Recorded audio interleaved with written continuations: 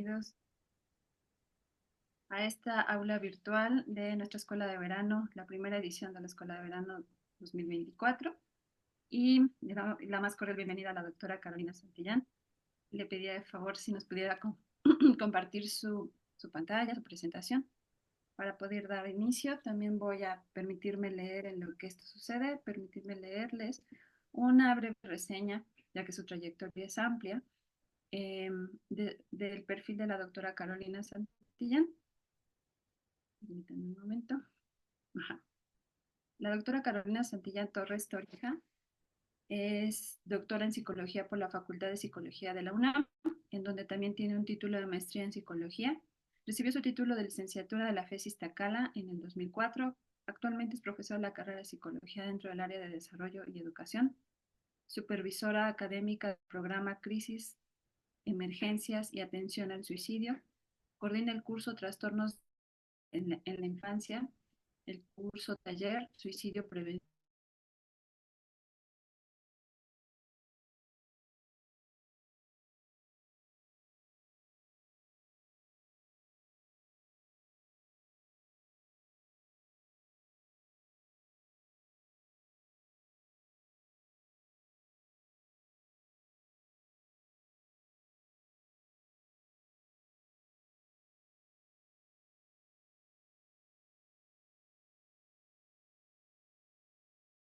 Donde todas las personas que de alguna manera realizamos labores de atención psicológica en los centros universitarios y del bachillerato tengamos herramientas para atender crisis que ocurren dentro de la institución, ya sea en una clase, en una tutoría, en un descanso, si nos toca ser funcionarias en algún trámite. Yo comento que siempre cuando es la época de exámenes extraordinarios, también tenemos necesidad de atender a nuestros estudiantes y pues acompañada del equipo Juan Martín, Paulina, Tere, que ha sido fundamental para la realización de esta escuela de verano. Entonces, si está bien para ustedes, a mí me gustaría iniciar con una sesión interactiva también a partir de una gripa que recientemente tal vez necesite toser y necesite em, tomar agua, pero pues me gustaría invitarles a participar. Entonces, quien tenga a la mano un equipo donde pueda darle clic, me gustaría empezar por preguntarles qué tan frecuente como parte de su trabajo han tenido que proporcionar contención al estudiantado que presenta una crisis emocional.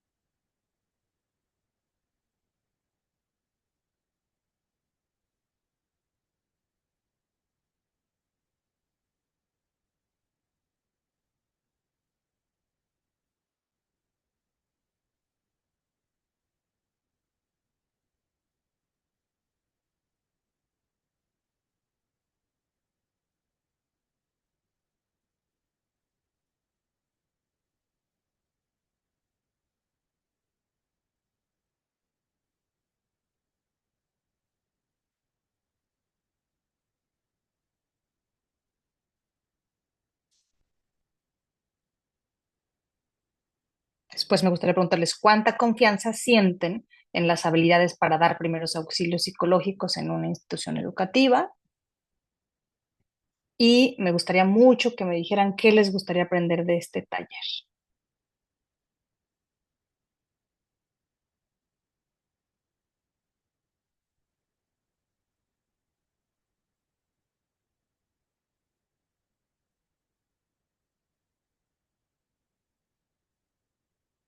Pues vamos a compartirles los resultados sobre cómo nos fue. Entonces, pues efectivamente parece ser que la pandemia visibilizó, pero ya estábamos muchas de nosotras que probablemente teníamos algo de conocimientos o entrenamiento, pero es raro que a alguien no le haya tocado atender una cuestión de crisis o emergencia psicológica. De hecho, acá la puntuación eh, está fluctuando entre alguna vez, varias veces, no tan frecuentemente, pero muchos de nosotros estamos contratadas para ser docentes, pero nos toca entrar, algunas nos toca estar como funcionarias y nos toca, a veces inclusive esta escuela está abierta a ir pensando también en otros funcionarios de la salud, pensaba en compañeras que sean pedagogas, licenciadas en ciencias de la educación, que hagan trabajo social en las instituciones educativas y cómo también nos ocupan estas situaciones. Ahora, a veces lo hacemos eh, con intuición, a veces con entrenamiento sólidamente avalado, pero eh, es muy diferente a qué tanta confianza tenemos en realizar estas intervenciones. Algunas intervenciones tienen que ver con situaciones del espectro ansiedad, estrés y factores relacionados con trauma, pero también me parece que a algunas de nosotras nos ha sorprendido la cantidad de autolesiones no suicidas que llegan a ocurrir en las aulas o intentos de suicidio, que son situaciones de mucho más riesgo. Puede que no tengamos tanta confianza de cómo lo hicimos, de si fuéramos supervisadas sobre nuestro trabajo, de cuánto estrés nos genera tener que irnos a casa con la duda de si hicimos lo correcto, si vamos a lograr canalizar a esta persona, eh, si le dimos herramientas para poder reducir una cuestión de salud mental que puede estar debutando o ya tiene años de ser crónica y que no ha sido atendida. Y por último, a mí siempre me interesa mucho entender, pues, qué están buscando de este taller, porque hasta ahora la escuela de verano ha sido un poquito más expositiva y un poquito menos un aula de intercambiar. Y me gustaría, si les parece bien, que en esta sesión fuera eso. Entonces, acá me contestaron reafirmar conocimientos, reforzar conocimientos o aprender nuevas técnicas o mejorarlas, la manera de hacerlo correctamente con los estudiantes sin confundirme con el rol de docente que llevo a cabo en ese contexto, técnicas para brindar apoyo a personas que viven una crisis, alguna herramienta que fácilmente puede ser integrada a la práctica profesional, acá el abordamiento de los primeros auxilios en el ámbito escolar, técnicas concretas, a identificar si ha habido avances en la materia de primeros auxilios psicológicos en la última década, estrategias breves, sentirme segura, más ejemplos prácticos, herramientas. Entonces, creo que la gran mayoría de ustedes, pues yo suelo compartir mi urgencia, mi necesidad cuando termine la maestría de poder ofrecerle a las personas eh, algo porque no estoy segura de que los vaya a volver a ver. Eh, en México tenemos documentado eh, que entre 5 o a veces un poquito más de sesiones son las que puede atender alguien a psicoterapia y que entonces estos modelos que son eh, que tienen mucha evidencia, que se ven muy bien en los protocolos universitarios de 15 o 17 sesiones, no suelen ser la realidad que nos ocupa en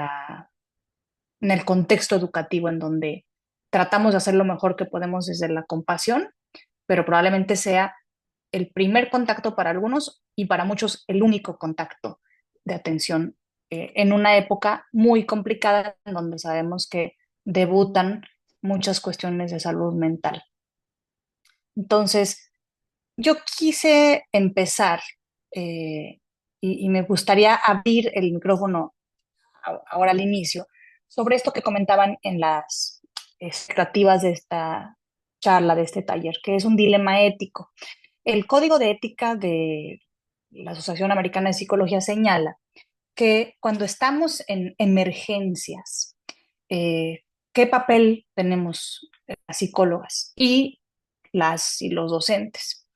Porque a la letra dice que en situaciones de emergencia, cuando los psicólogos prestan servicios a personas para quienes no están disponibles otros servicios de salud mental, probablemente servicios más especializados, o cuando no hay disponibilidad de otros colegas que han obtenido capacitación necesaria, pues otros de nosotros podemos proporcionar dichos servicios para garantizar que no se le niegue el servicio a la persona que tenemos delante. Entonces, probablemente muchas de ustedes nos enfrentamos a instituciones en donde tenemos una persona o ninguna, en donde si no le damos nosotros algún tipo de contención o apoyo, no existe para esa alumna o ese alumno. Y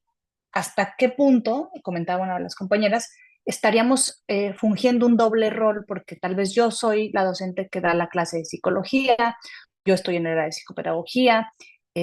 tengo que dejar ir al estudiante, especialmente pienso si es fin de semana, por ejemplo, si es fin de semestre, si yo tengo algún conocimiento de que ha estado expuesto a muchos detonadores o desencadenantes. eh, tengo que cruzar esa línea y después institucionalmente, qué tipo de apoyo tengo para respaldar el trabajo que hice, si me va a meter más en problemas, que se voy a recibir una sanción, en fin. Porque muchas de nosotras tendríamos que tener claro que cuando los servicios de psicoterapia o de atención psicológica altamente especializadas se suspenden, es cuando o cuando no están disponibles, es cuando brindamos este tipo de atención y lo hacemos de buena fe. Y que estamos claras, o sería la expectativa, de que cuando estos se encuentren disponibles, se canalizará de manera urgente para no usurpar algún título, porque tenemos que seguir cuidando la relación docente-alumno en donde no es necesario que tenga un alto nivel de revelación de información, sino que sea esa persona, ese profesional que pueda estabilizar mientras los servicios se reanudan o mientras canalizo a la persona e inclusive podría dar un seguimiento. Entonces, siempre con este peligro de no usurpar un doble rol, de tener mucho cuidado en la cantidad de indagación que voy a hacer, porque vamos a ver que la propuesta que les traemos aquí de los primeros auxilios psicológicos, pues tiene que ver con cuestiones muy puntuales en una emergencia y tratar sí de ser esa persona que apoya, contiene, pero cuida la relación y que reconoce que existe alguien más y acerca los servicios de salud mental altamente especializados. Entonces, a mí me pareció importante empezar a hablar sobre, pues, qué es una crisis, qué es una emergencia. Seguramente algunas ya lo han revisado, trataré de ir lo más pronto con estos conceptos, pero creo que es fundamental, pensando en esta escuela, recordar que una crisis está definida por la Real Academia de la Lengua como un cambio, pero este puede ser profundo y de consecuencias importantes en un proceso o en una situación o en la manera en que estos cambios son apreciados. De tal manera entonces que si nos dirigimos particularmente en este grupo de trabajo a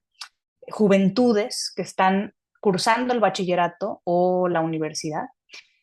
sabemos que van a tener muchos cambios que tienen que ver con la independencia, con la vida sexual, con descubrir la identidad de género, con estas relaciones interpersonales significativas, las relaciones laborales, qué tan capaces son para desempeñar trabajos de equipo y también, pues cada una de nuestras escuelas o facultades tiene formas distintas de evaluar el aprendizaje. Muchas de ellas tienen que ver con exponer, con redactar, con presentar exámenes y todas estas situaciones en los contextos educativos pues hacen que el cerebro empiece a echar pensamientos, a echar conductas y a echar muchas sensaciones físicas. Visto como crisis, creo que el capítulo que mejor describe las crisis, pues es este del DSM-5 que habla sobre los trastornos relacionados con traumas y factores de estrés. Muchos de nuestros estudiantes gozan, disfrutan y van a recordar esta época de su vida como muy estimulante, como de una gran crecimiento personal. Sin embargo, desde el entrenamiento que yo tengo, que es esta visión cognitiva del cerebro, pues para algunos de ellos, la carpeta escuela, la carpeta universidad, la carpeta ser evaluada, puede estar eh, adscrita a la carpeta de lo peligroso, a la carpeta de lo que me exhibe, donde no me siento tan capaz, y en algunos casos incluso vivida como evento traumático. Ahora, ha habido un cambio bien importante en los últimos 20 años. Yo les cuento ahora a mis estudiantes que yo cuando estaba en la licenciatura todavía teníamos DSM-3R, 4, 4R, 5, 5R, y el abordaje muy pesimista desde la patología era solamente hablar de crisis, hablar de ansiedad, hablar de estrés y de distrés, pero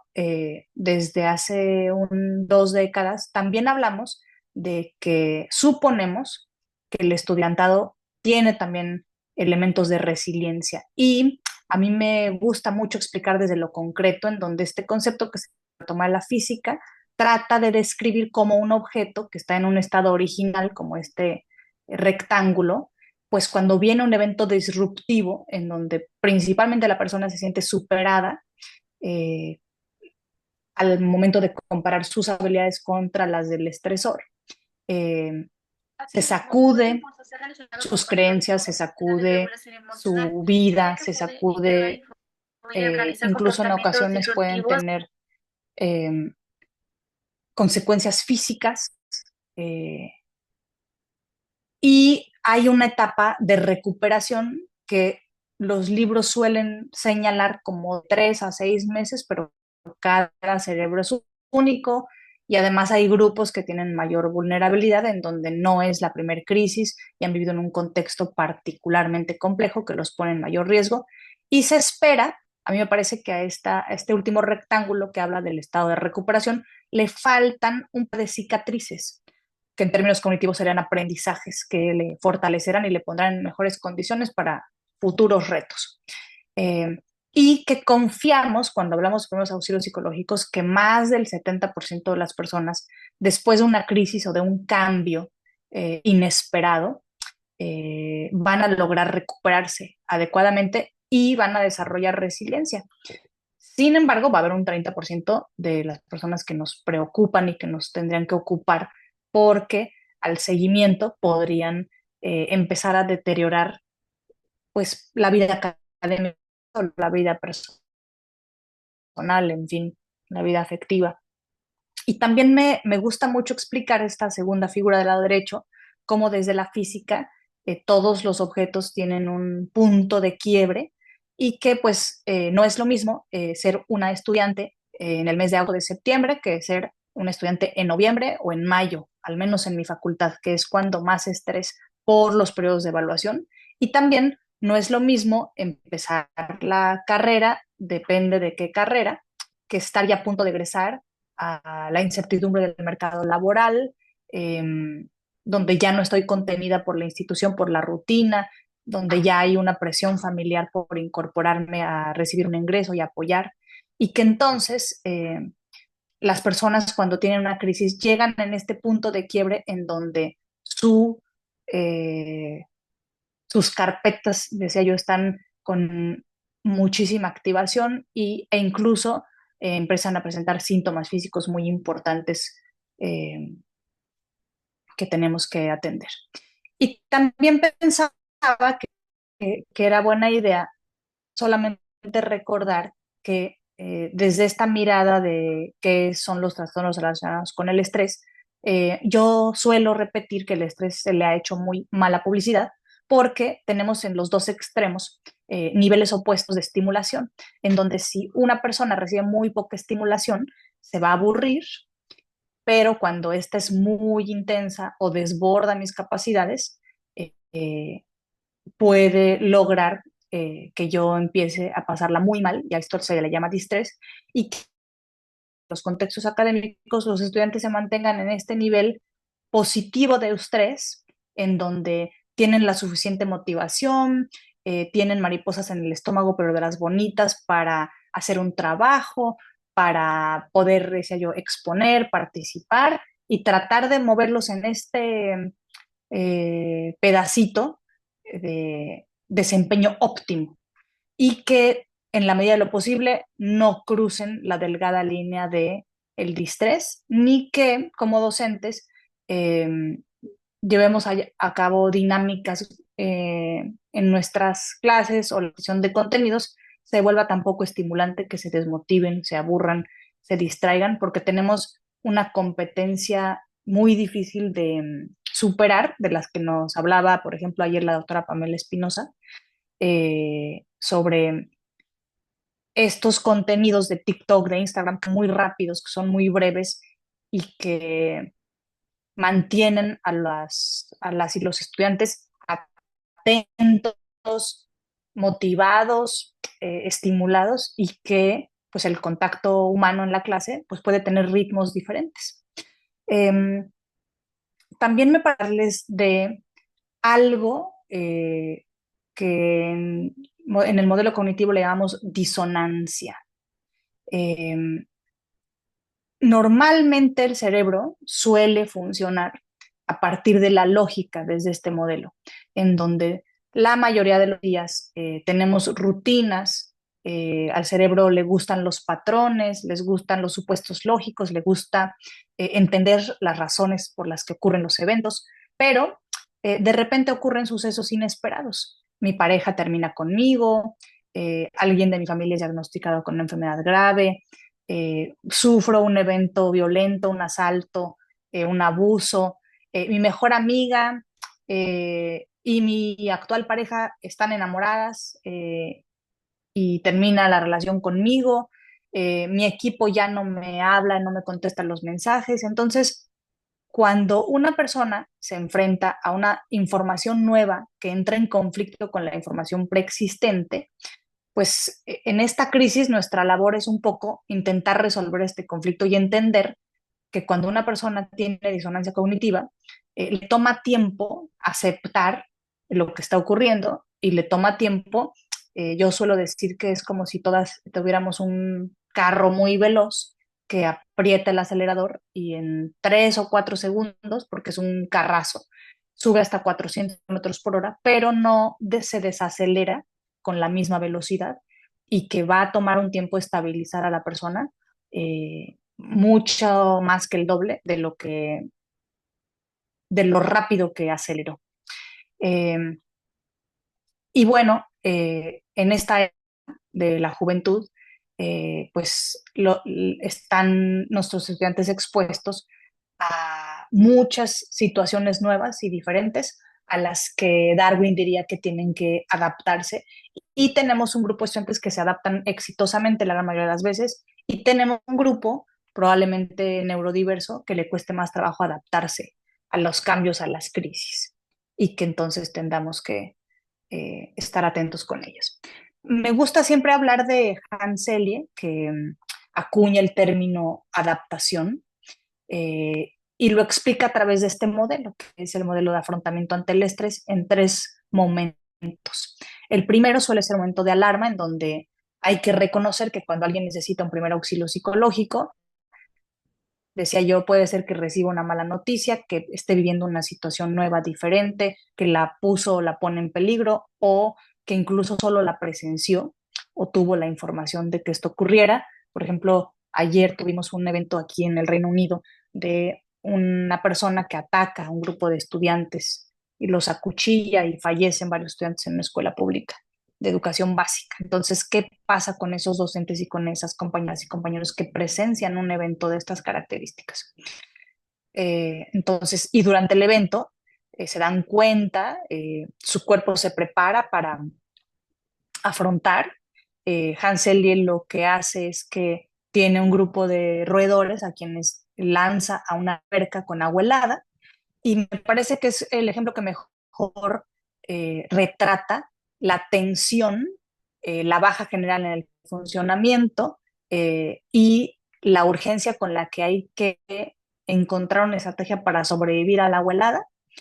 Viene una etapa de resistencia y probablemente un tercer momento que es la etapa de agotamiento. Un grupo de roedores serán buenos para adaptarse, otros les dará hipotermia y perecerán. Y entonces nuestros estudiantes, pues muchas veces, simplemente el hecho de decir guarden todo y saquen una hoja, activa el sistema nervioso central como un peligro inminente. Tenemos un cerebro que no se ha desarrollado tan rápido como nosotros quisiéramos y que sigue activando estos mecanismos primitivos de vida o muerte, suspendiendo el deseo sexual, el apetito, el sueño para un examen. Y a veces hay que entrar en este modo vida o muerte o modo prepararse para la amenaza eh, por varios días o incluso por semanas. Ir, y pues muchos de nuestros estudiantes, por ejemplo, suelen referirnos que los síntomas de agotamiento llegan a ocurrir al final del semestre, llegan a ocurrir en las vacaciones, están ahorita en un periodo de descanso eh, y listos para que en unos 3 o 4 semanas otra vez activen el modo alarma. Pero, pues la investigación ha demostrado que la constante activación y sobreactivación, especialmente en algunos grupos, pone en riesgo al sistema inmune, construye terreno fértil para que debuten enfermedades más graves, cardiovasculares, metabólicas, en fin, ¿no? Entonces, ¿de qué manera hay que entender cuando vamos a hacer primeros auxilios psicológicos que probablemente podríamos identificar en qué momento se encuentra la estudiante o también pensaba si alguna compañera o compañero docente, trabajador, que por estar en contacto con contextos en donde los usuarios del servicio son personas, pues está en mayor riesgo de generar malestar emocional. Entonces, y recordar que, les decía yo, a mí me parece fundamental la palabra estrés en el inglés significa jalar. Entonces, nuestros estudiantes cuando llegan a los primeros auxilios psicológicos puede ser que tengan un estrés tensional en donde dos fuerzas jalan con la misma intensidad. Tal vez yo experimenté un evento hace 2 años en donde hubo un asalto afuera de la facultad, adentro del camión que llevaba a los estudiantes a, a Iztacala, y hubo detonaciones, ¿no? Con arma de fuego. Una hirió a uno de los estudiantes, otro estudiante solamente le rozó la bala, pero él estaba en un estado en donde su cerebro lo que le decía es que tenía que presentar el examen, que eso era lo importante porque la profesora o el profesor en turno no iba a aceptar ningún tipo de pretexto y reprobar esa calificación iba a tener consecuencias muy importantes en la trayectoria. Y que pues tal vez una parte de su cerebro le decía, acabas de vivir un evento de vida o muerte, te rozó la bala, lo presenciaste, viste que tu compañero se fue, en este caso tenemos un seguro facultativo a la clínica del IMSS más cercana, no estás en condiciones de poder sentarte a responder un examen. El cerebro le decía, esta maestra o este maestro no te va a creer, no te va a apoyar, tienes que presentar el examen como puedas porque solamente hay una oportunidad, ya fue muy clara, en fin. Entonces, esta situación podemos imaginar que activa una cantidad de emociones y de sensaciones físicas y pues es muy difícil aprender, es muy difícil exponer, ser evaluada. También el segundo ejemplo es este estrés compresional en donde hay relaciones, carreras, climas del aula, en donde son muy competitivos, hay mucha evaluación, eh, no hay tanta, un grado importante de un sentido de pertenencia, en fin, en donde les decía yo desde un principio, el levantarse cada mañana para ir a la escuela en vez de activar la carpeta de voy a aprender, la voy a pasar bien, voy a ver gente que quiero, que aprecio, que nos acompañamos en el camino, puede ser voy a arriesgar la vida en el camino, me voy a enfrentar a la invalidación emocional, me voy a enfrentar a la competencia, me voy a enfrentar al acoso, en fin. Y por último, esta figura expresa pues el estrés de roce, en donde pues al menos en mi facultad, yo recuerdo bien cómo durante la carrera hubo muy pocos exámenes porque la mayoría de la forma de evaluar era a través de trabajos de equipo, en donde constantemente había roces de quién hace más trabajo que quién se desaparece a la hora de entregar su parte una noche antes, quién se desvela, en fin, ¿no? Entonces, todos estos estresores que a veces eh, se invalidan con comentarios como esos no son realmente problemas grandes, yo a tu edad hacía esto o hacía lo otro, que no abonan en realidad mucho, están todo el tiempo presentes y pues casi siempre la indicación que se les da a los estudiantes desde las familias o desde nosotras como docentes es aguanta, ¿no? Aguanta, aguanta, inhibe la emoción, anestesia con lo que puedas, con la distracción, con la evitación, con la disociación, con el alcohol, en fin, pero cuando lleguen a primeros auxilios psicológicos probablemente ya este esfuerzo por aguantar, por inhibir, ya llega a este punto de quiebre en donde ya no es esto posible, ¿no? Eh, Esta es otra figura en donde es un modelo de canon antiguo que explicaba pues que generalmente cuando llega un estresor hay dos opciones: afrontarlo, pelear, porque él o la estudiante siente la confianza de las habilidades contra el enemigo, contra el depredador, contra el examen. Hay situaciones en donde si te preguntan qué prefieres, un examen a libro abierto, un examen a casa, pasar a exponer, pues tienes opción, ¿no? Y puedes incluso, lo posponemos hasta la próxima semana, en fin. Hay algunos autores que además señalan que además de esta respuesta de atacar o huir, existe una tercera, que es quedarse congelada. Y tenemos estudiantes que llegan al servicio médico ante un examen muy importante en donde se les olvida todo, en donde tienen náuseas, en donde se les baja la presión, en fin, una serie muy importante de síntomas físicos porque, pues, como estos roedores de los que le hablaba Celia, ¿no? Se quedan congelados, paralizados y no pueden desempeñarse como hubieran querido. Además, tenemos aquí la necesidad de recordar que nuestros estudiantes no llegan, decía yo, solamente con un evento estresante. Si hacemos una historia de vida o si tuviéramos esa información, pues la mayoría de nosotras estamos trabajando en instituciones públicas en donde las y los estudiantes ya tienen una serie de estresores cotidianos eh, de larga duración, es decir, vienen de familias en contextos de pobreza, de desigualdad, de poco acceso a los servicios de salud, de educación, en donde se habla poco de las emociones, ¿no? Con pobres habilidades socioemocionales, eh, en donde muchos de nosotros somos universitarias de primera generación, con todo lo que esto implica, que nuestras familias hacen un esfuerzo increíble para poder estar sentados aprendiendo. Algunos, además, pues ya han tenido algunos síntomas de estrés agudo pues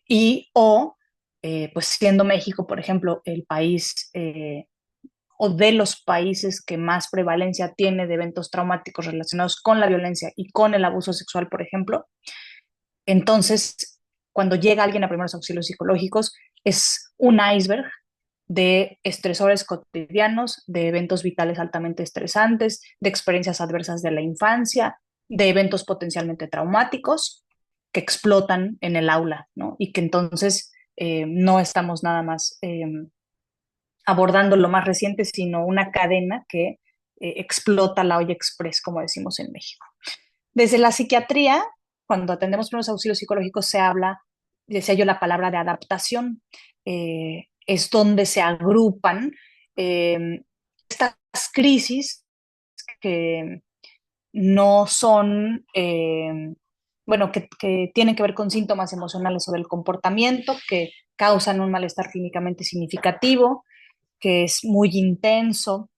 que causa deterioro en varias esferas de la vida y que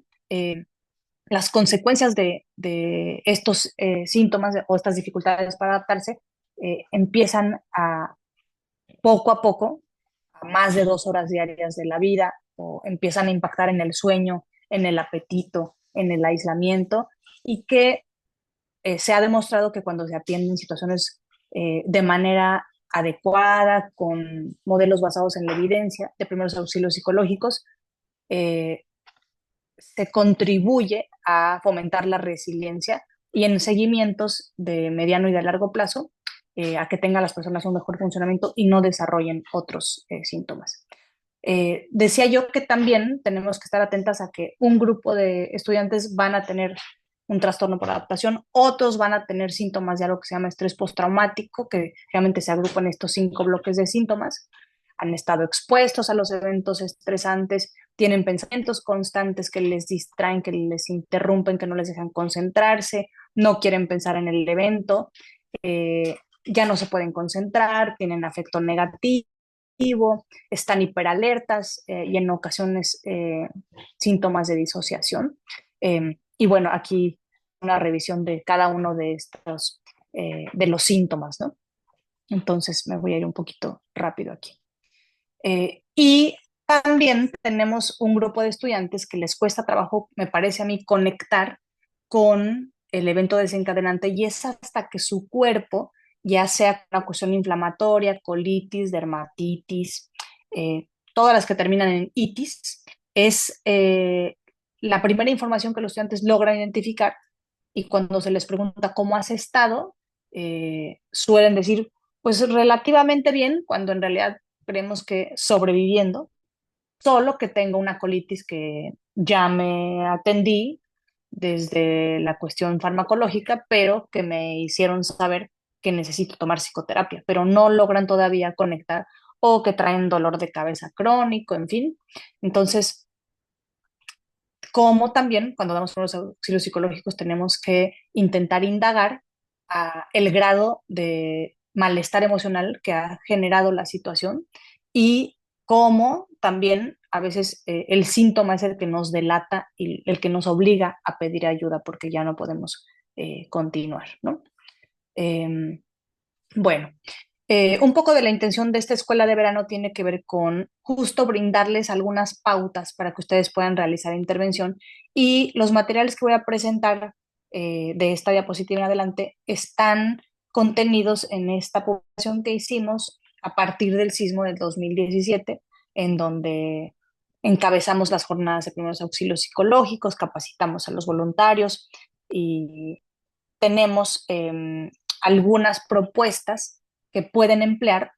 y un poco repitiendo esta idea, sin cruzar la delgada línea de jugar este doble rol, pero sí brindar una atención que esté sólidamente basada en la evidencia, que pueda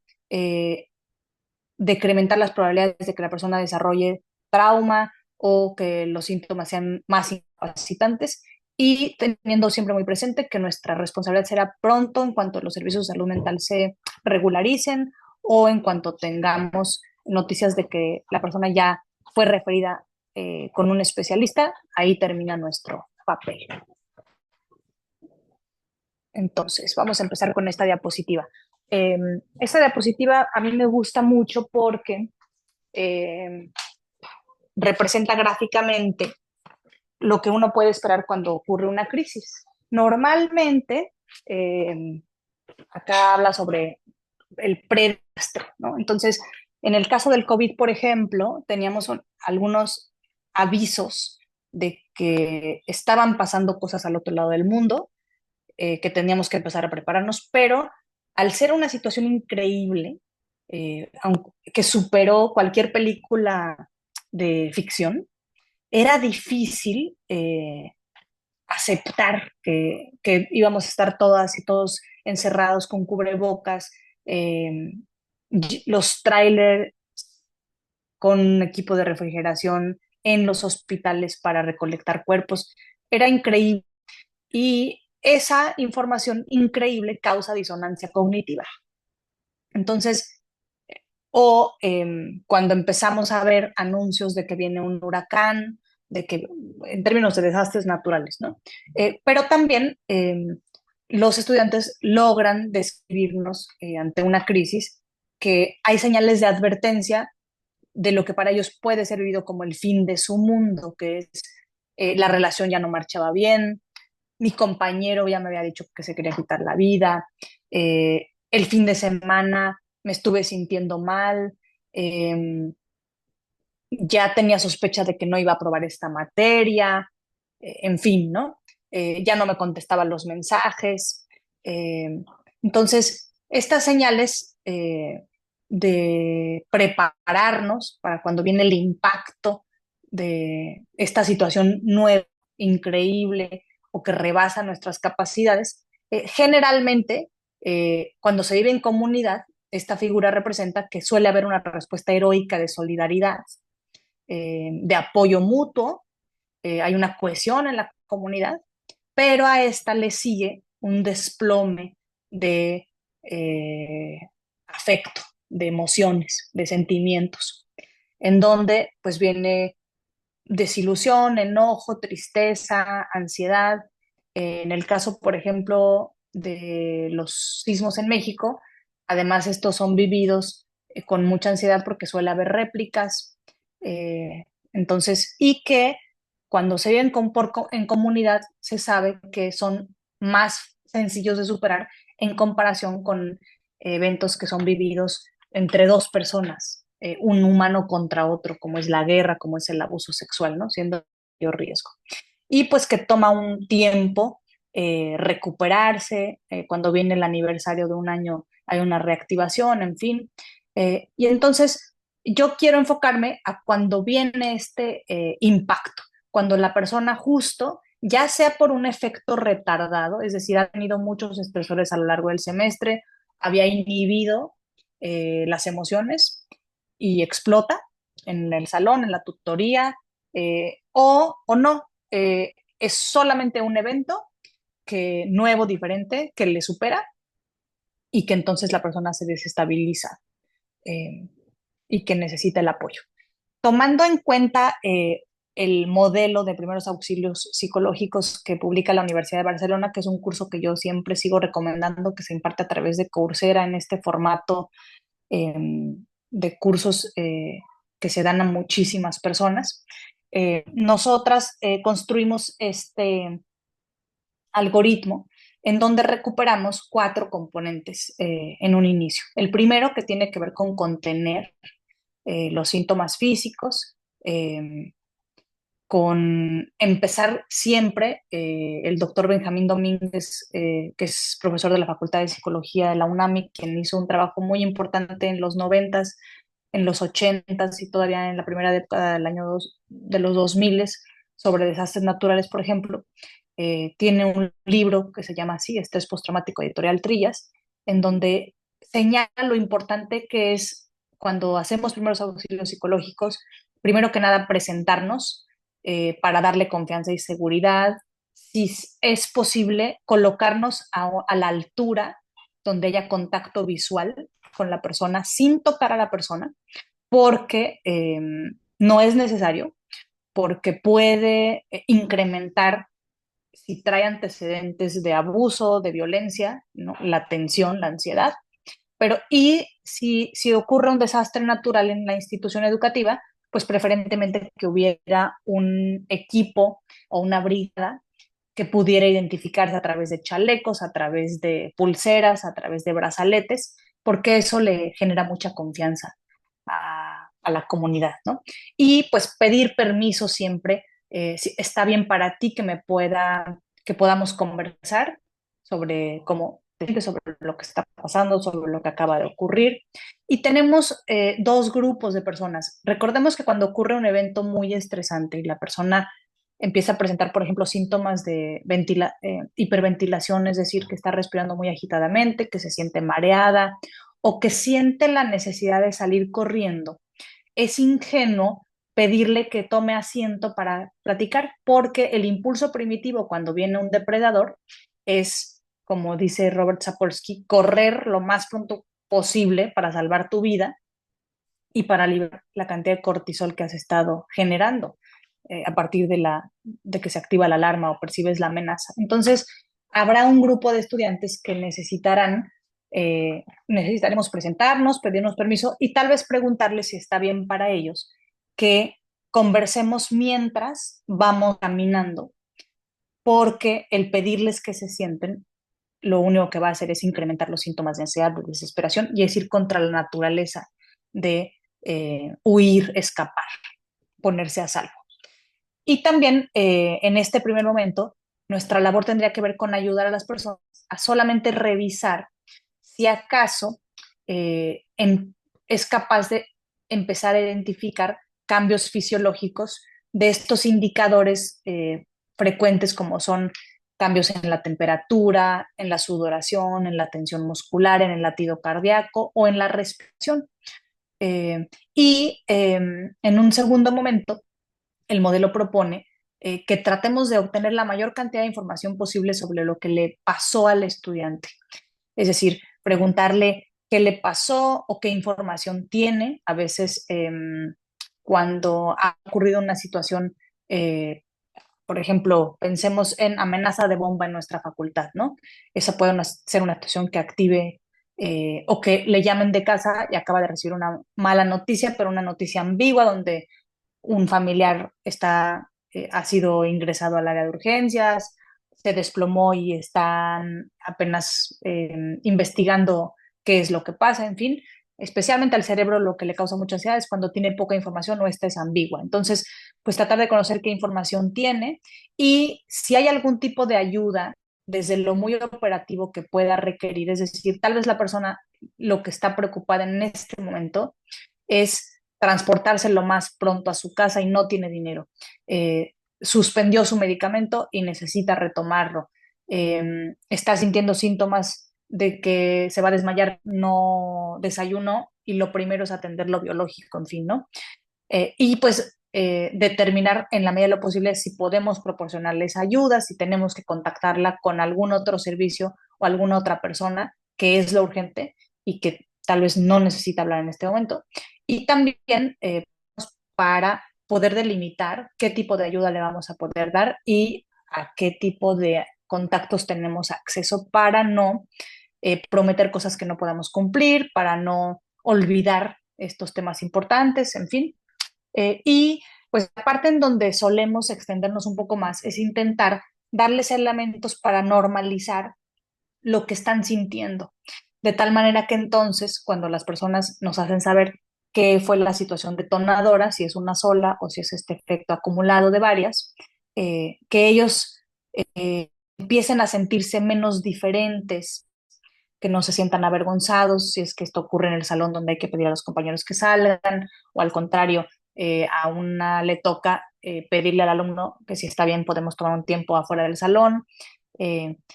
y normalizar en la medida de lo posible los síntomas y de cómo estas reacciones propias del cerebro primitivo, esta reacción que puede parecer desproporcionada, eh, es la manera en cómo el cerebro tiene millones de años de reaccionar, que los síntomas no son peligrosos, que no riesgo su vida, que probablemente se van a estabilizar. Sabemos que el estrés agudo suele tener una duración en promedio de 24 hasta 72 horas y que sería normal seguir con síntomas importantes y que tenemos hasta 30 días para que el cerebro pueda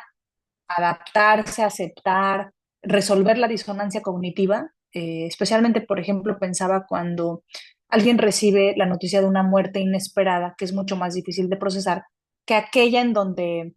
el familiar, por ejemplo, pues estaba enfermo, la estaba pasando mal, estaba teniendo síntomas del dolor y que incluso llegó a pasar por nuestra mente que ya queríamos que descansara, es muy diferente a que yo dejé en la mañana a mi mamá perfecta y me hablaron ahorita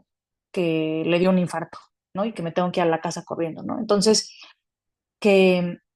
al cerebro, ese tipo de eventos, que les decía yo, son increíbles, causan disonancia porque es información nueva que no es congruente con lo que yo vi en la mañana cuando dejé a mi mamá. y para la que todo el camino voy a ir eh, pensando que es un sueño, que no puede ser, que en qué momento pasó, voy a querer revisar, corroborar, verificar, en fin. Eh, Hasta 30 días podría estar este cerebro, incluso en la mañana, el primer pensamiento de la mañana podría tener que ver con si pasó o no pasó, ¿no? Porque era muy difícil poderlo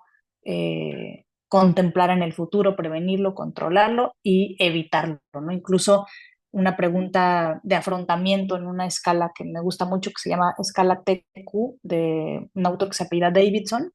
La pregunta del reactivo es, ¿hubo algún momento del evento en donde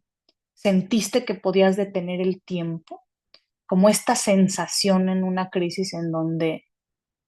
deseas que esto no esté pasando y como si estuviera en tus manos cambiarlo. Algunos estudiantes llegan a decirnos que intentan cerrar los ojos y desean, esto es un sueño, ¿no? No está pasando lo que estoy viviendo, en fin, ¿no? Entonces, explicarles o normalizar que todas estas reacciones son típicas de una situación atípica, de una situación que es experimentada como de vida o muerte, ya sea para mí o para alguien cerca de mí. Inclusive,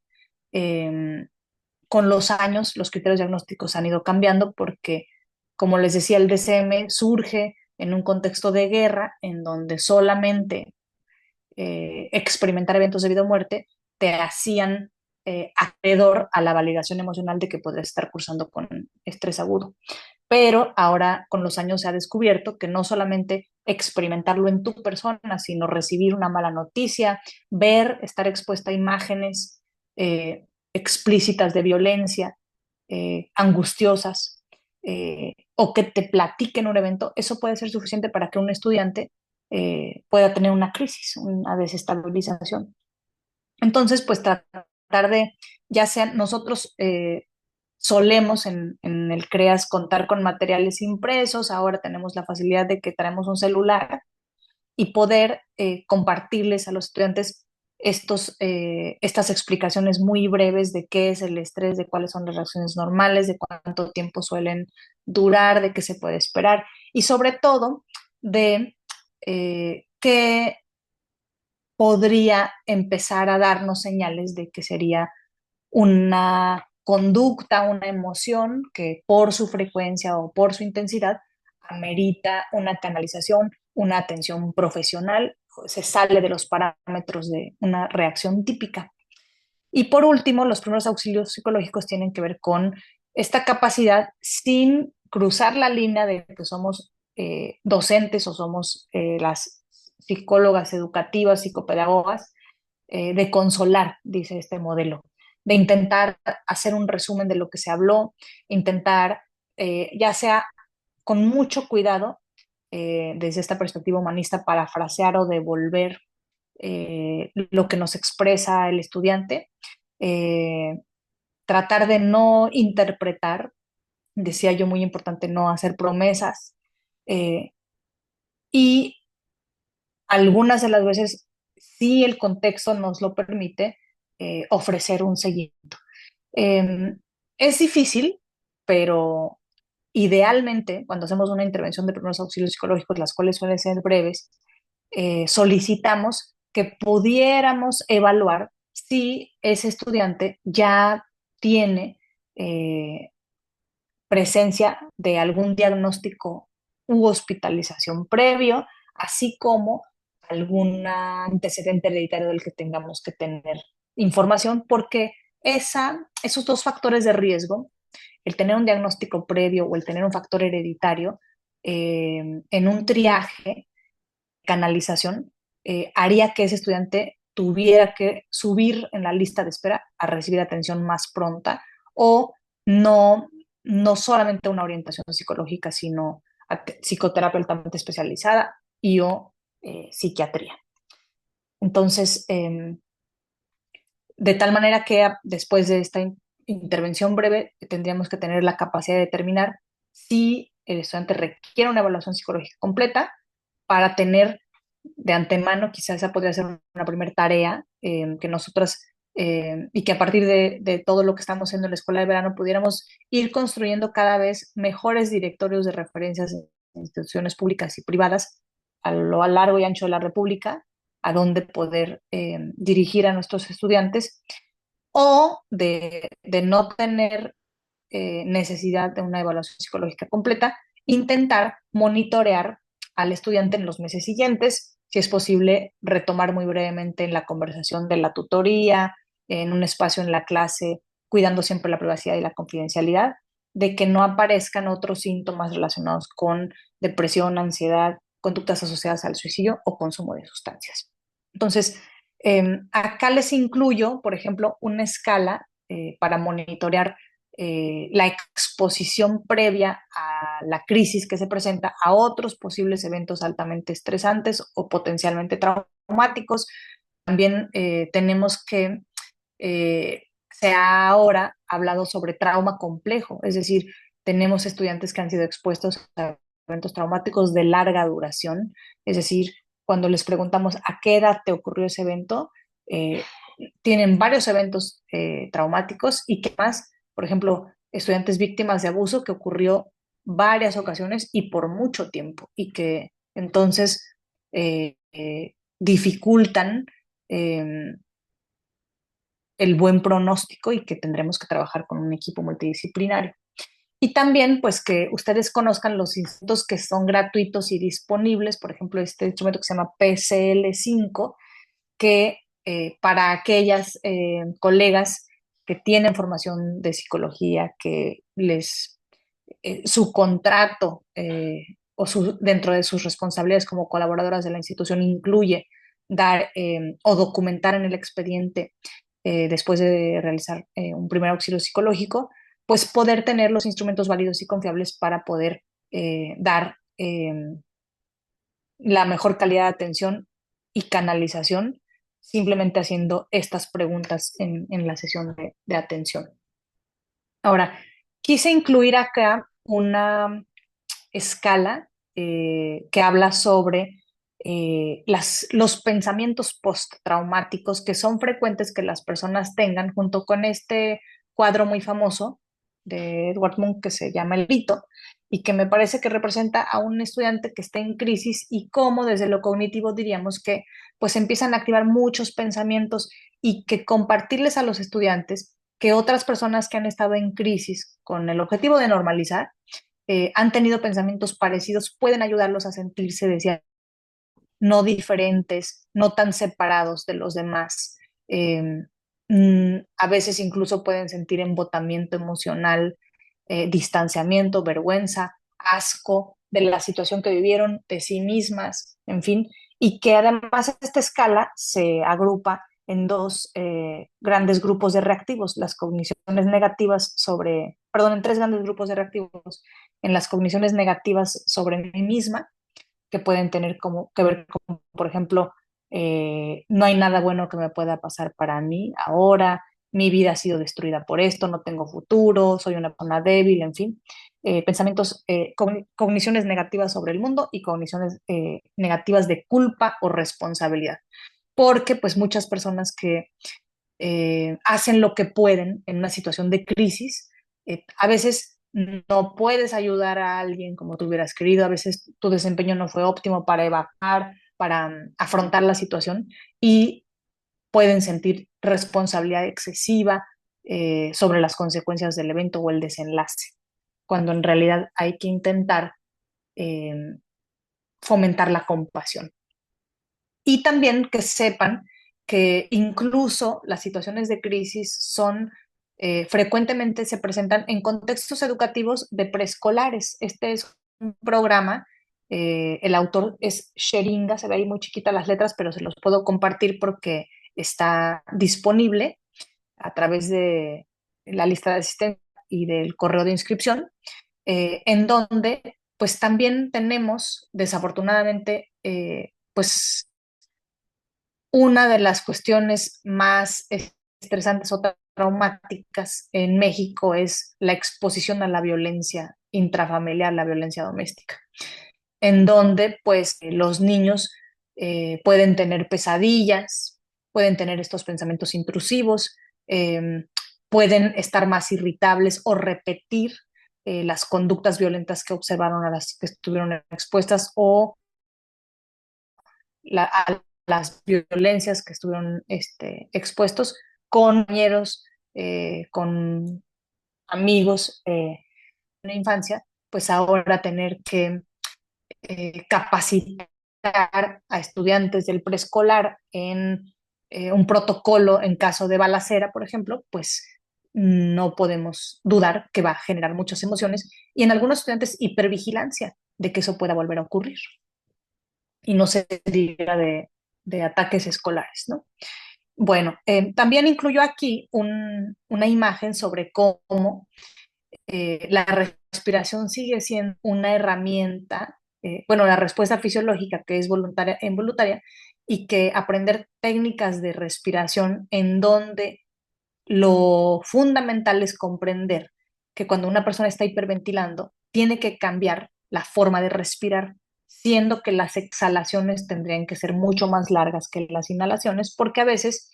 sin querer, si solamente lo podemos hacer respiraciones profundas, estamos nosotras mismas dándole fuerza a la hiperventilación. Entonces, este ejercicio que recuperé de Smith en el 2009 de la editorial de Schley Brouwer, en un libro que se llama Relajación ABC, nos explica cómo una combinación 4-2-8, 3-2-6, en donde 3 segundos para inhalar, en donde la inhalación tendría que ser no torácica, es decir, no tenemos que elevar el pecho, tenemos que inflar el abdomen para poder, les digo, evitar esta respiración superficial, rápida, eh, que no es profunda, tratar de bajar la respiración para que sea diafragmática, hacer una pausa de 2 segundos y exhalar en el doble tiempo de lo que inhalamos para que se empiece a revertir este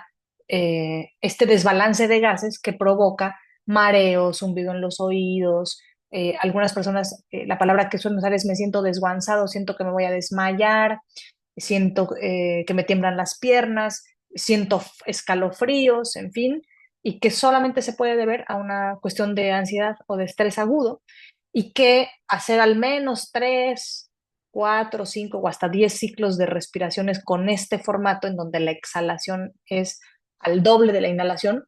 puede ser por sí misma suficiente para que la persona empiece a sentir estabilidad. Eh, quisiera terminar hasta aquí porque al ser este más un taller, me gustaría, por favor, de mandarme preguntas por el chat para que entonces pudiéramos, ya de manera más puntual y más específica, profundizar en técnicas que nosotras solemos utilizar en la atención a los estudiantes cuando presentan una emergencia, y que fueran útiles para la población con las que ustedes trabajan. Entonces, si está bien para ustedes, abrimos ya sea el micrófono o el chat para escuchar las preguntas. Y si me hace favor, me parece que ahí está Paulina, si me hace favor de ayudarme a leer las preguntas y las vamos contestando y ya les vayan sumando.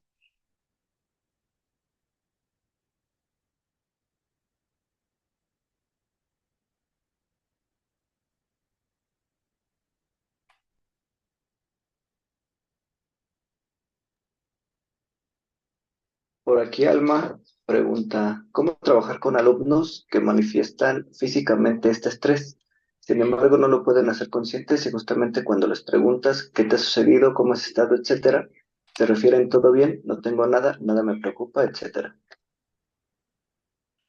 Okay. Desafortunadamente, nosotras también nos enfrentamos a un grupo de estudiantes que tienen actitudes negativas o estigma hacia los servicios de salud mental. No creen en la psicología como una ciencia. Eh, Tenemos algunas carreras que son menos sensibles, cuando en realidad están mucho más desgastadas porque tratan con personas. Y creo que los primeros auxilios psicológicos a veces son una oportunidad de captar personas que cuando llegan al límite tienen síntomas muy importantes que ameritan atención, ya sea que alguien los acompañe o vayan por ellos mismos, pero que nosotras observemos con una intervención breve de 30 minutos que probablemente esta persona amerita un tratamiento de mucho más largo plazo. Entonces, yo suelo usar metáforas porque en nuestra facultad son alumnos que se dedican a la salud, eh, que tienen que ver con otros padecimientos. Es decir, uso con mucha frecuencia con el dolor. La doctora Andrea Witt, que es una psiquiatra que es muy comprometida y muy humana, que trabaja con nosotros, eh, compara, por ejemplo, con el dolor, ¿no? Incluso los estudios de neurociencias, cuando a ti te duele algo porque te golpeaste, se activa la misma región que se activa cuando terminaste con una pareja y tienes muchísima tristeza. O sea, el cerebro no distingue si es dolor por un golpe o es dolor por una pérdida. Y en ese sentido, eh, el dolor es una señal de que un órgano puede estar comprometido y hay que atenderlo, hay que estudiarlo y hay que tratarlo. Las emociones tienen el mismo objetivo. Las emociones sirven para movernos, eso significa emoción. Las emociones nos dan información sobre lo que está pasando y así como al dolor hay que hacerle caso, especialmente cuando es dolor agudo que puede ameritar una cirugía o una intervención urgente, el dolor emocional es idéntico. El dolor emocional probablemente no sea una apendicitis, tal vez no sea voy a inventar, que la persona podría tener un infarto, ¿no? Dolor o presión en el pecho, adormecimiento del brazo izquierdo, en fin. Pero el dolor emocional también, como el otro dolor, eh, puede ser la punta del iceberg de algo que necesita estudiarse y tratarse. Entonces, hemos tenido que ir creando con el tiempo en esta normalización, en donde les exponemos qué es el estrés, qué son las emociones, cuáles son las reacciones típicas a una situación de crisis, qué se puede esperar, cuánto tiempo duran, atender frecuencia e intensidad, poner al mismo nivel eh, el malestar emocional con el malestar físico, porque cuando alguien tiene más de 8 evacuaciones en un día, tiene que acudir al médico porque es señal de que algo no está bien, tal vez tiene una bacteria, en fin. Pero también cuando alguien más de 2 semanas, todo el día o la mayor parte del día está triste, a diferencia de una salmonelosis que compromete tu vida de manera importante, también la salud mental impacta todas las áreas de tu vida. Tardas más en aprender, en concentrarte, en organizarte, te deteriora y nos habla de algo que tiene que ser atendido y que puede ser, les decía yo, la señal más evidente de una cuestión que también puede ser que tú tengas, por ejemplo, estudiantes que tenemos con dermatitis, con colitis, con dolor de cabeza crónico, con fibromialgia, y que tiene un componente hereditario, es decir, que tal vez en tu familia no tuvieron, por ser otra generación, la oportunidad de tratarse a tiempo, que aprendieron a vivir con una baja calidad de vida, incorporaron el dolor a su vida cotidiana o lo anestesiaron con sustancias. A mí me parece que es importante infundir optimismo sobre cómo, así como estamos haciendo avances muy importantes sobre cómo intentar retrasar el debut en fábricas a través de controlar tu peso, la grasa abdominal, hacer ejercicio, bajar el consumo de tabacos y alcohol, pues también somos una generación que tenemos la posibilidad de tener mejores herramientas para entender nuestras emociones y para regularlas en comparación con generaciones anteriores y que la salud mental es prioritaria al igual que la salud de cualquier otro órgano. Entonces, esa es la manera como yo he encontrado y los voluntarios hemos encontrado para poder hacer a veces esta labor de motivar a las personas a que reciban ayuda y que no se eche otra vez en un cajón cuando explota la olla express, se hace limpieza, se hace un exhaustivo y se vuelven a enterrar las emociones o se vuelve a enterrar eh, la probabilidad de que la persona, si no recibe atención, por ejemplo, en el caso de una infección por una herida, pues si no se limpia a fondo la herida, puede ser dolorosa, una limpieza casi quirúrgica, pero si no se va a infectar y vamos a tener que volver a abrir. Entonces, esos son ejemplos que nos han servido para intentar, pero no siempre con éxito, pero que al menos se construya después de los primeros auxilios psicológicos una relación de confianza, una relación de aceptación incondicional, de disponibilidad para acompañarle, en canalizarle o en a veces poder compartirle materiales de autoayuda de profesionales muy serios que puedan darle muchas más señales de que puede recibir ayuda y que su vida puede cambiar para bien si se atiende. Y entre más temprano el diagnóstico, pues mejor es el pronóstico, ¿no? Ok, No sé si pues, contesté la pregunta. pues gracias. Anteriormente también habían colocado otra pregunta en donde mencionan, ¿la sobreactivación puede desencadenar un burnout o todavía no llegamos a ese grado de agotamiento en nuestro país? El síndrome de desgaste profesional o burnout es algo muy frecuente. Creo que recientemente justo los jóvenes tuvieron un ejemplo de un personaje, de una persona muy famosa, eh, que se apellida O'Farrill, en donde han servido esos testimonios de la experiencia vivida para poner sobre la mesa el tema de salud mental. Entonces, este desgaste, pues tiene características, ¿no? Cinismo, eh, esta sensación de deshumanización, eh, tristeza, pero solo, o tristeza o malestar emocional, solo cuando tengo que regresar a trabajar. Lo presentan muchos de nuestros estudiantes y no se diga la investigación sobre las y los docentes que se encuentran sobrepasados por grupos muy grandes de alumnos que traen algunas deficiencias, atrasos o rezagos productos de la pandemia y de venir de familias eh, desaventajadas, ¿no? Entonces, sí creo que el desgaste puede ser un diagnóstico que se puede agregar o conocerlo como, o retomarlo y saber que existe en esta escuela de verano, creo que sería muy importante porque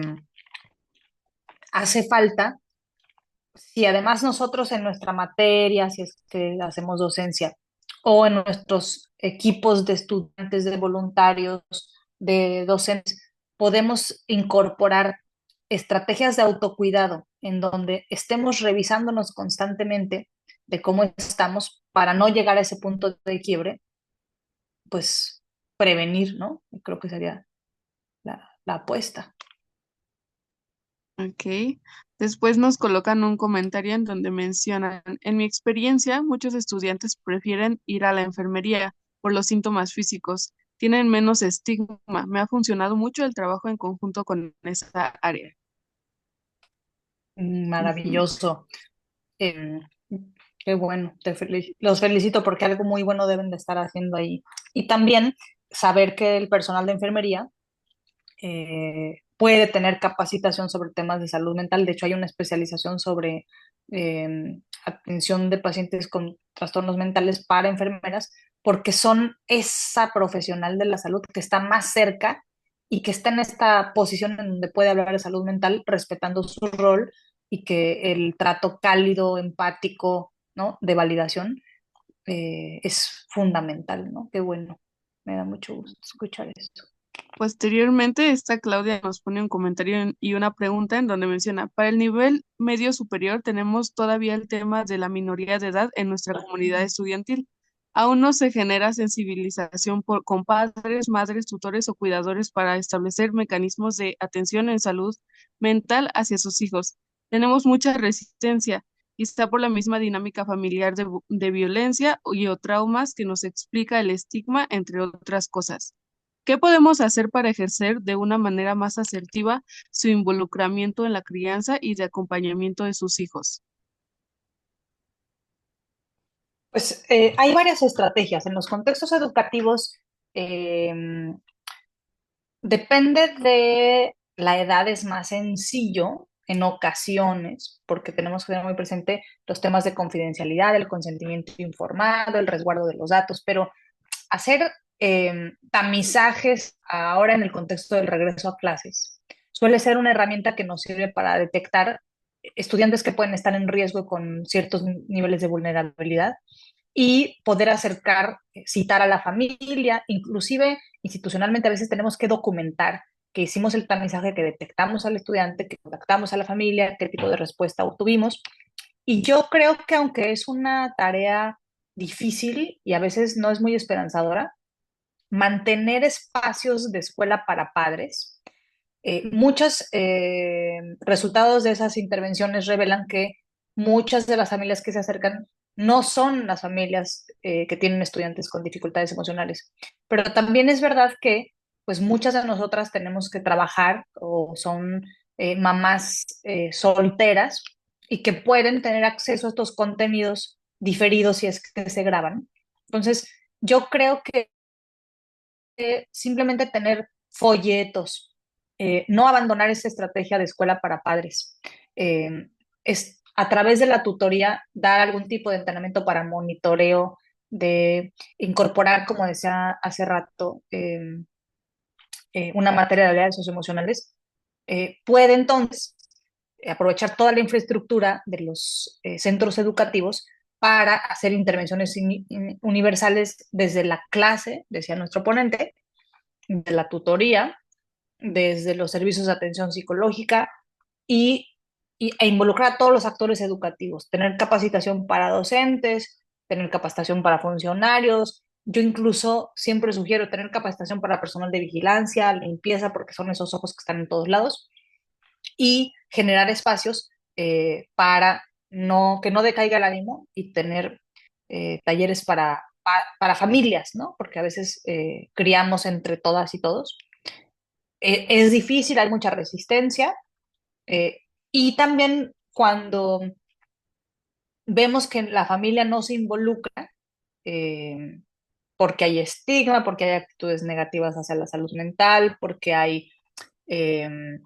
poca conciencia de enfermedad, pues entonces intentar fortalecer lo más posible a ese estudiante, porque pues en este momento su familia lo apoya económicamente, pero eh, probablemente es su seguro de vida, pero esta situación es temporal y poco a poco él tendrá que ser el encargado de su autocuidado. Entonces, fortalecerlo lo más que se pueda. Ok, muchas gracias. Después Noemi nos menciona cómo se atiende en un primeros auxilios psicológicos en casos de intento o pensamiento de suicidio en el plantel educativo. Muchas gracias. Esa es una muy buena pregunta que ameritaría una charla específica. Yo intenté dirigirme a estrés, ansiedad y trauma, pero eh, yo creo que les gustaría mucho si ustedes revisan en Google, por ejemplo, las y los residentes de psiquiatría del primer año tienen que tener un entrenamiento en estabilización y desescalamiento. Entonces, cuando tú te enfrentas que tiene una emergencia psicológica o una crisis, estoy pensando en enfermedades mentales graves como esquizofrenia, por ejemplo, no se tomó el medicamento o está debutando, tiene un intento de suicidio, está armada, en fin. Entonces, y les podemos compartir a través del correo, eh, porque es un entrenamiento muy específico que además no cualquiera puede realizar porque no podemos ponernos nosotros en riesgo primero. Y para el que normalmente este entrenamiento incluye a los primeros respondientes, es decir, que las instituciones educativas se reunieran. Yo siempre sugiero, ahora que viene el consejo técnico antes de regresar a clases, no tendríamos que empezar a desarrollar equipos en nuestras instituciones. Nosotros tenemos publicado un protocolo de reacción en caso de intento de suicidio en el campus y de ataque escolar, que casi siempre es este binomio homicidio, es decir, matan a sus compañeros y luego se suicidan ¿no? O videograban, en fin. Tenemos ese protocolo publicado, pero lo hacemos desde la Comisión de Bioseguridad de la FES Iztacala, en donde, les digo, tienes entrenamiento en atención, negociación de seguridad UNAM, tienes entrenamiento para los jefes de carreras o los jefes de clínicas, tienes una brigada de primeros auxilios psicológicos que hemos tenido que acordonar edificios para poder ir, subirse al edificio, en fin, pero no se hace nunca esto solitos o solitas, ¿no? Entonces, podemos mandarles algunos ejemplos de protocolo para que ustedes puedan implementarlos y o podríamos pensar en la escuela de verano del año próximo impartir un curso específico de cómo, qué vamos a hacer, porque desafortunadamente estas situaciones son más frecuentes de lo que esperaríamos y no todo el mundo tenemos claro cómo, ¿no? En un acto de buena fe, pero caer en cuestiones de negligencia. Ok, ok, muchas gracias. Por último, Carmen nos menciona, ¿qué sugerencias le podemos dar a los docentes de diferentes academias para poder apoyarlos cuando se enfrentan a una crisis que presente un estudiante en el salón de clase?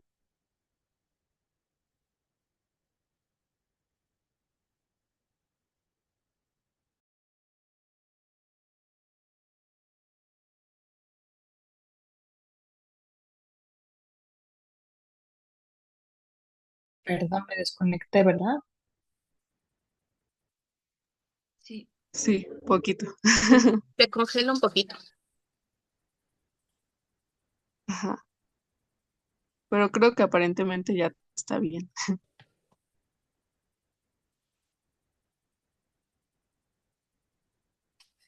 Nada más me Pero quedé que bueno. había una duda más y si quieren con esa cerramos.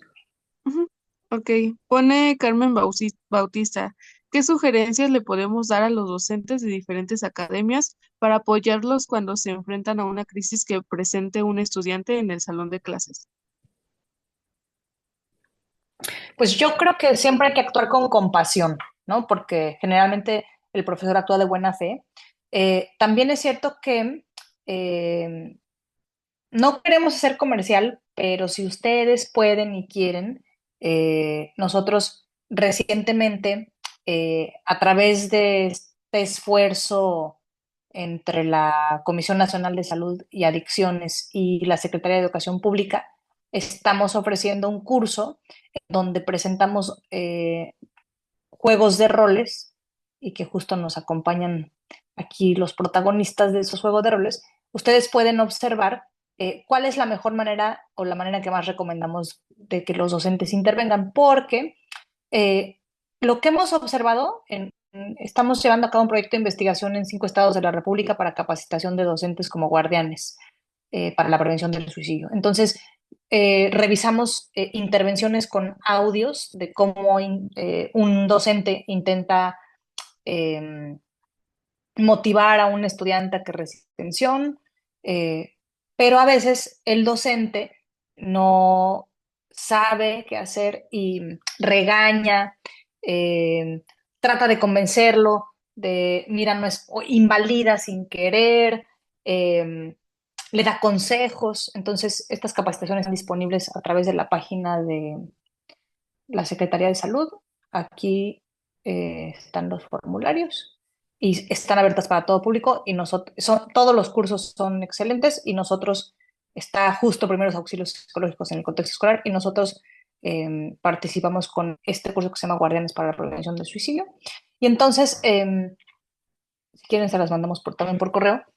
Yo creo que también es válido darle retroalimentación al docente sobre estas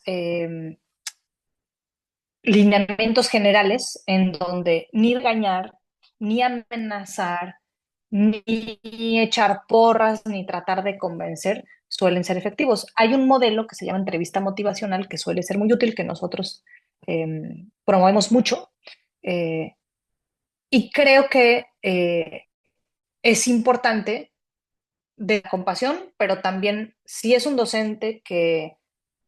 está motivado, que quiere mejorar su habilidad conductual para hacer intervenciones, pues empezar a hacer un repositorio, compartirle materiales, les digo, que no son para colegas, que son para personas que estamos en la trinchera en contacto con otras personas, para que pueda ir puliendo las actividades, perdón, las habilidades y vaya y tenga algo de retroalimentación. Incluso me ha tocado escuelas que se organizan y organizan un grupo, una especie de grupo de supervisión, y porque finalmente tienen que hacer estas labores, ¿no? E invitan de manera gratuita personas profesionales de salud mental que donan su tiempo y les regalan una charla, una conferencia, graban audios, en fin, para que cada vez lo hagan mejor. Un poco de compasión, pero también entrenamiento y supervisión para que lo hagan mejor basado en la evidencia preferentemente. Ok. Ya por último, hacen como peticiones de en dónde podríamos consultar informes sobre el entrenamiento de estabilización y desescalamiento. También piden que si, bueno, piden que si podrían compartir el protocolo.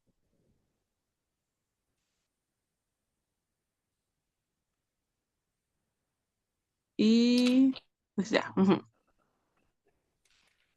Sí, con mucho gusto yo les voy a armar un video de recursos y se los hacemos llegar por el correo. Súper. Pues si no hubiera nada más, muchas gracias al equipo que hace esta escuela de verano posible y nos seguimos viendo. Toda esta semana tenemos muchas más oportunidades de seguir aprendiendo.